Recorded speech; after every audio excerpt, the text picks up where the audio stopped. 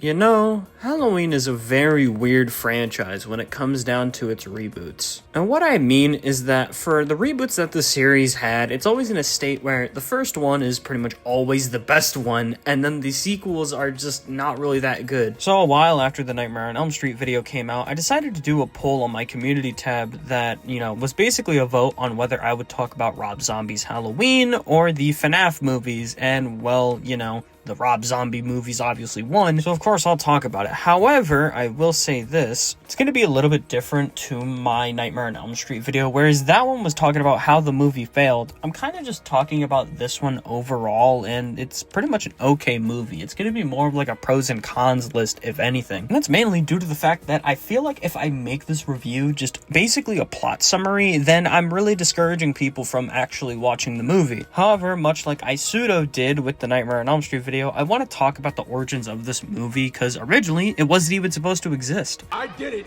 because I liked it and I loved it. Now, Halloween's timeline was pretty muddy by the time, the mid to late 2000s rolled around, but they still wanted to make money off of old Mikey Myers, so a sequel, of course, was going to be in the works. But sadly, the world is a pretty cruel place, and what I mean by that is the fact that the producer of all of the Halloween movies up to this point, Mustafa Akkad, tragically passed away alongside his daughter in the 2005 Amman, Jordan bombings. Rest in peace to him, and a continued well wishes and condolences to their family. And because of Mustafa Akkad's tragic passing, his son, Malik Akkad, took over producing the Halloween movies and decided that it was time for a reboot because, like I mentioned earlier, the timeline was pretty messy. So he was like, hey, let's give it to Rob Zombie, and so he did that, and the result was, I'm just gonna let this clip speak for itself. Bitch, I will crawl over there and I will skull fuck the shit out of you. Trying shit. That's all you do is cry. Yep, it's definitely a Rob Zombie movie, alright. Now, it's not really a bad Halloween movie per se, unless we're talking about Part 2. Part 2 is, it's not really that good. In other words, it's not really bad, but it's not really, super good either. Get to the point, dude. I don't care about your knowledge or anything, dude. I just want to hear you complain and then doom scroll. Alright, fine. But because I said this movie isn't really all that horrifically awful or even really super uber good, then I'll at least explain the pros and cons of Rob Zombie's Halloween. Y'all think us folks from the country's real funny like, don't you? Michael in this movie is definitely the most shit-your-pants hulking monster he's ever really been up to this point. And if anything, it just makes any scene that he's in better just because of how much of this hulking fucking brute that he is. Malcolm McDowell and Scout Taylor Compton, please tell me I said that name right, it's a little bit of a mouthful, are actually not that bad in this one at least. I think Malcolm McDowell actually plays Loomis pretty well in the first movie, and the scenes where he's with Kid Michael are actually pretty engaging to watch, even if the backstory segments are a bit of a mixed bag for a lot of people. Also, there's this sense of concern for Michael when he was a kid that, his version of Loomis shows. That kind of sadly goes away when we get to Part 2, where he's just cartoonishly a dick, but I'll talk about Part 2 at a later date. The Michael backstory segments aren't really that bad, but I kind of low-key understand why this decision drove a lot of people away from this movie, considering that a big focal point of Michael Myers is the fact that he's this kind of weird anomaly of evil and mystery, so giving him a backstory kind of throws all of that away, and depending on how you look at it, can kind of devalue some of the original, but at the same time, the backstory segments are actually some of the best parts of the movie, and the chemistry in them is pretty good.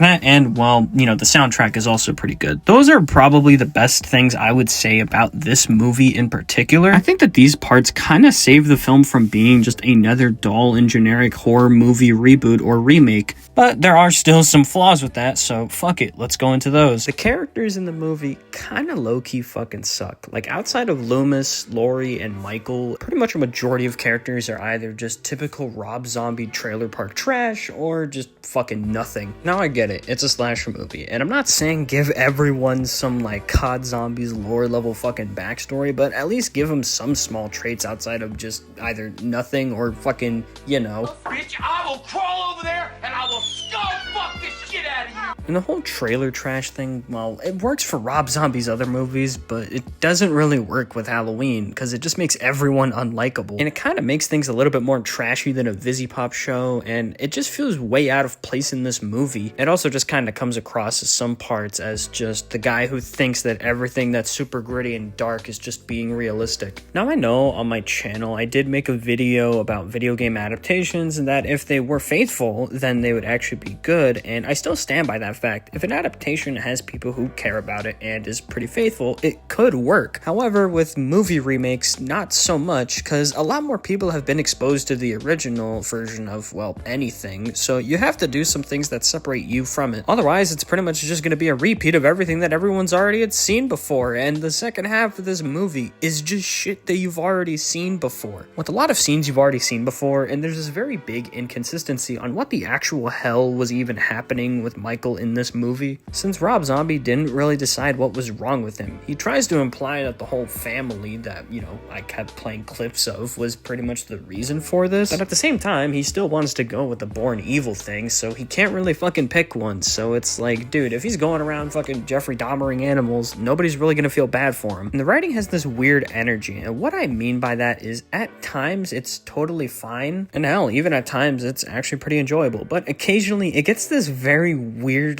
edgy and aggressive tone. Like, characters behave in ways that feel pretty cartoonish and not in a funny way, and I think we're being told a pretty grounded story, and that's one that I think is actually well told visually. So big kudos to Rob Zombie and his team for that. But the writing is kind of like a wave where it just goes up and then up and then down all the fucking time. Well, let's be nice. Let's be nice. We don't have to go there. I mean, you're not wrong, but you didn't have to say it. I mean, good Lord. Overall, I don't think the movie is really terrible. I mean, it's kind of pretty much just second place when it comes down to my horror movie reboots. If I had to make a list of the actual good ones, I would probably put it on a list of good ones, mainly just because of all the pros that I mentioned in the video, but it's kind of just a decent movie overall. If I was ranking it from a slasher movie reboot perspective, then yeah, I would kind of put it more on the top echelon, but since I'm kind of looking at it more as just an overall movie, it's pretty okay for an overall movie. It's not as bad as the second part was. Granted, Rob Zombie didn't want to make the second part, and I'll get to that when I get there.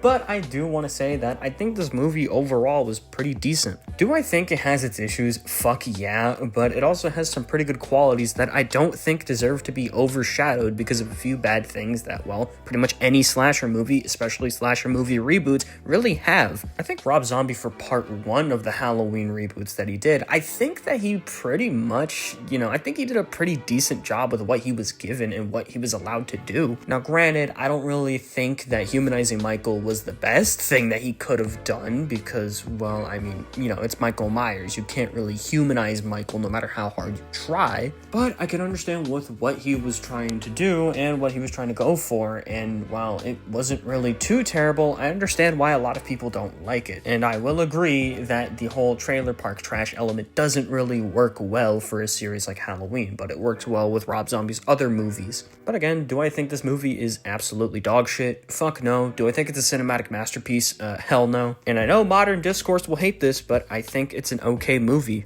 I could acknowledge that this movie may not be the best in the Halloween franchise, but I could turn it on at any point and I could pretty much just be like, yeah, at least it was entertaining. As for part 2, however, I can't really say the same.